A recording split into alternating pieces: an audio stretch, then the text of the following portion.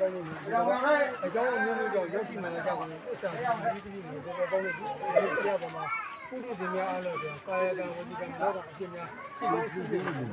အဲ့တော့ဒီနေ့အဲ့လိုကာယကံဝစီကံမနောကအဖြစ်တွေကိုဒီကြောင့်ဆန်းရှင်နေအရာတစ်ခုပါသူတော်ကောင်းလို့လုပ်တဲ့လုံလုံးလို့အဲ့ဒါကြောင့်ဒီနေ့ကာယကံဝစီကံမနောကအဖြစ်တွေကိုဒီနေ့အားလုံးခွန်ချကောင်းမှကတော့တဲ့နေ့မှာအားလုံးအဖြစ်ဆိုပြီးတယ်တော့အားလုံးရေးကြပါစို့အားလုံးကြီးကြပါစို့ဆရာပြည်တော်ခွင့်လို့ပါနော်ဒီနေ့လည်းခွင့်လို့တော့နောက်နေ့ကိုလည်းဆရာဦးကောင်းလိုက်ဦးစီးပြီးတော့28စီမှာလက်တော်အတိအကျပူဇော်ဖို့ကြီးလဲနားရတဲ့တိုးပြီးတော့လူသားနဲ့ပုဂ္ဂိုလ်တွေဖြစ်တယ်ကြာပါပြောပါပြုံးတွေကိုဗျာ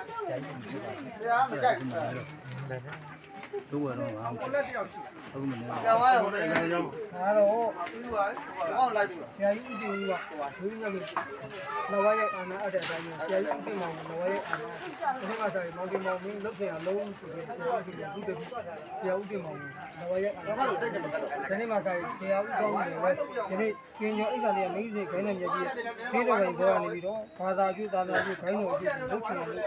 ဥဒ္ဒဘာမှာအောင်မြင်ပါဘူး။တပီပန်းခေါင်းသမကလောတော်ရဲ့ရှိကျင်းကျော်ကျေးဇူးရှင်အဖေရဲ့ဒီလိုဆောင်းဆောင်ရတဲ့ဆရာကြီးဖြစ်ပါဘူး